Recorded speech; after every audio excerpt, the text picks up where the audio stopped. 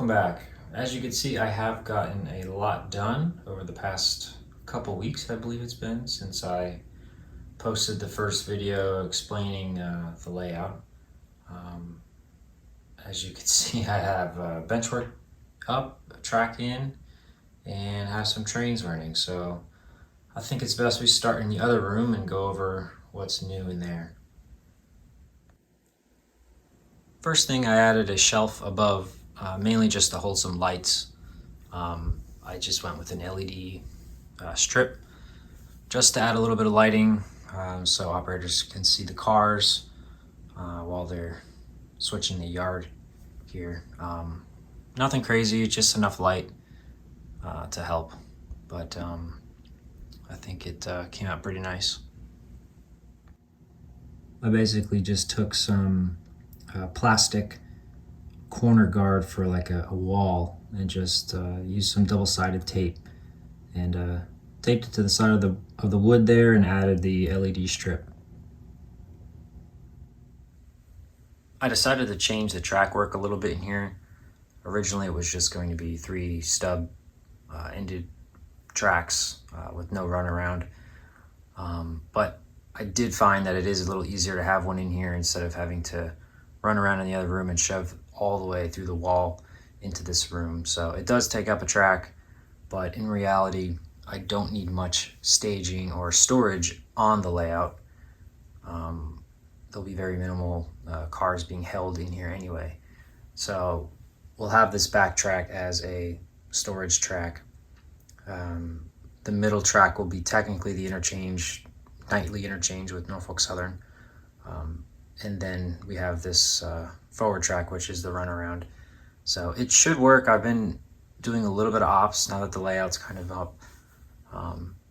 And so far so good. I haven't had any issues with cars or not having enough space, but if needed, I can extend this a little bit. Even 2 inches will give me one more track, but I'm trying to avoid that the best I can. So we'll have to just see how it works in the future as we start to operate a little more.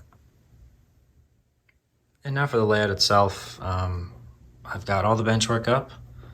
It's a quick little pan of the room. All the track is in, most of the track is in, minus a couple industries, which I need to wait until we get the backdrop in and the upper valence before I could really work on a couple of those, the track work for 2 of the industries, the manufacturing facility back there and Home Depot, which temporarily has Ferrara Foods on the old layout in its place. But yeah, a lot done in the last couple weeks. Pretty proud of it. Put in a lot of time and it's all in. And I'll give you a closer look here. So starting in the section that comes through the wall, we've got the chemical facility here. Not much has changed. I did decide to keep it 1 track instead of 2. It just felt a little too crowded with 2 tracks. So 1 track, plenty of opportunity there. Could fit quite a few cars, and there'll be some different car types coming in here that will be kind of spot specific, which will make it pretty interesting to switch. We've got the beginning of the runaround, and then the back will be the Home Depot Center where the box cars come through. From what I could see, probably have room for 3 cars, which is pretty close to the prototype. I think they could take 4 there. And then along this back curve, I need to kind of wait until I get the backdrop in, and I do need a couple center beam cars to test out the radius and coupling, because those cars are pretty long and I didn't want too tight of a radius where it would hinder operations. So I'm gonna wait until 1, I get the backdrop up, and 2, I get a couple center beam cars. But I've been looking for some Atlas ones, and they're pretty hard to find, at least at a good price for now. For all the track, I decided to use the new Walther's track and turnouts, mainly because that was all that I could really find. I am a big fan of microengineering track, but right now they're really hard to find, and if you can, you're going to pay way over what you should be paying. So unfortunately, I just decided to skip on that.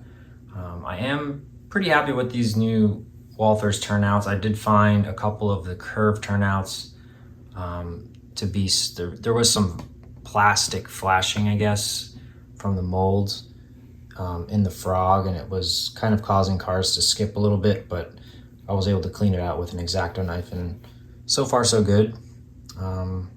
They do have the option to be powered, which I may do in the future. I've decided to go ahead and just have keep alives in all the locomotives on the layout, so if I start to have any issues, I will power the frogs, but for now they're just not unpowered, and I'm just going to use the spring function of the turnout, which is nice. It's kind of like a microengineering or Pico turnout, and they are pretty solid. Haven't had any issues with the points, so so far so good. The one turnout that's a little different is this one in the back. It's a number 7.5, which is an older Walthers turnout, and it doesn't have the spring, but I'm gonna come up with something there to help hold the points without having to use a switch machine. And last but not least, my personal favorite part of the layout is going to be this transload facility. There's going to be some cool switching opportunities over here with three tracks.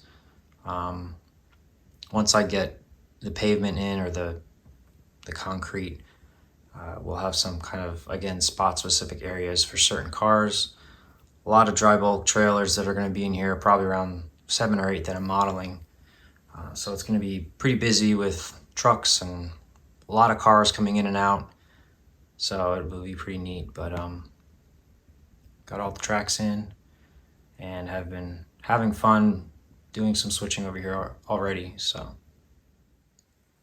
as you can see, I also got all the fascia up for the main deck, which was my first time really doing this style fascia, but I'm pretty happy with it. It came out pretty nice. I'm going to add a few more areas of screws, and then I'll do the same construction for the upper valence.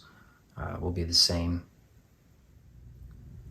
Thanks to my good friend Don Iris, we were able to get all the electrical components in, really just the main bus and the feeders. He did a fantastic job doing it. I really wanted to spend some time and make sure the wiring was done right on this layout, because my old one was just a disaster. But I'm super thankful for his help. It just came out really nice. The entire layout, even staging, everything's wired and running really well too. So big shout out to him. Thank you so much. Well, that's it for now. Quite a bit done since the last update. Going to be a little bit of downtime. I've got to go back to work for a couple weeks, and then when I get back, hopefully I'll get a little bit more done. Next is going to be the upper valence and lighting. The lighting in here is awful. It's just coming from this fan for now.